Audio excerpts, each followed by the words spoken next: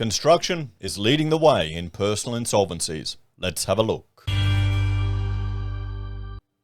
Hello everyone, Florian.Heise here and welcome to another episode of HeiseSays.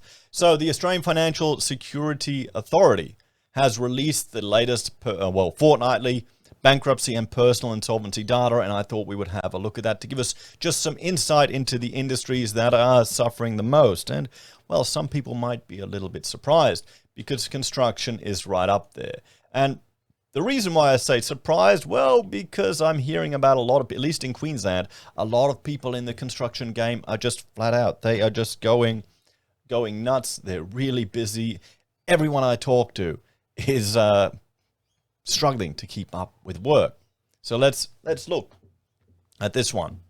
So fortnightly bankruptcy and personal insolvency statistics, and we can get these from the Australian Financial Security Authority. You can download the data, and I'll bring up one of the Excels. We'll have a look. So on this page, here we go. Personal insolvencies by industry. So between the 20th of September and the 3rd of October, so just a few days ago, guys, 376 people entered into a new personal insolvency. So this is individuals, not businesses. Where we could identify the industry they worked in, the most common industries were construction. So now construction is going busy. It is pretty hot, but I can see how some people can go a bit close to the wind. You can see, particularly if people get desperate, they just really push it. Isn't the old trick? You go real cheap, and then you get it from the subbies, and it's the subbies that cop it. Healthcare and social assistance. Now, you'd think that sector would be doing gangbusters right now, but maybe not. Administrative and support services, and then other services. Over this period, 83 of these people were involved in a business. The most common industries were construction, other services, professional, scientific, and technical services. The number of people who entered into a new personal insolvency fell from 396 between the 6th of September and 19th of September to 376 between the 20th of September and the 3rd of October. Over the same period, the number involved in businesses fell from 108 to 83. So it looks like we're not really seeing this sudden surge in personal insolvencies.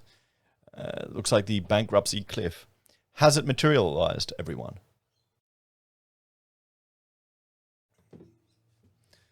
The number of new bankruptcies fell from 264 to 236.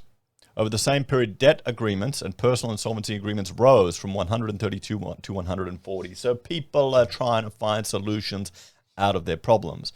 Now, we really should start seeing these drastically increase once, this would be a sign that we're going to also start seeing people impacted by the housing market. Or interest rate rises going up, and then you start to see housing contract. We're seeing all this talk and fears about people under mortgage stress, but we're not really seeing personal insolvencies go that high. Between the 20th of September and 3rd of October, there were 5 new temporary debt protections. Remember, this is the whole country, everyone. Personal insolvency statistics include 3 types of insolvencies: bankruptcies, debt agreements, and personal insolvency agreements. Business-related personal insolvency statistics include people who have traded as a sole trader, including as a contractor, subcontractor, or similar, or been involved in a partnership and or been a director, secretary, or held a management role in a company. We asked for this information for the last 5 years in relation to bankruptcies and personal insolvency agreements, and for 2 years in relation to debt agreements. Okay, for company insolvencies, you get that from ASIC. So let's see what people think and discuss this one here, guys. So are any of you at all surprised that construction is leading the way? So what do you think, guys? Are any of you at all surprised that construction insolvencies are increasing? Honestly, what I think we're seeing here is, it just seems to be normal.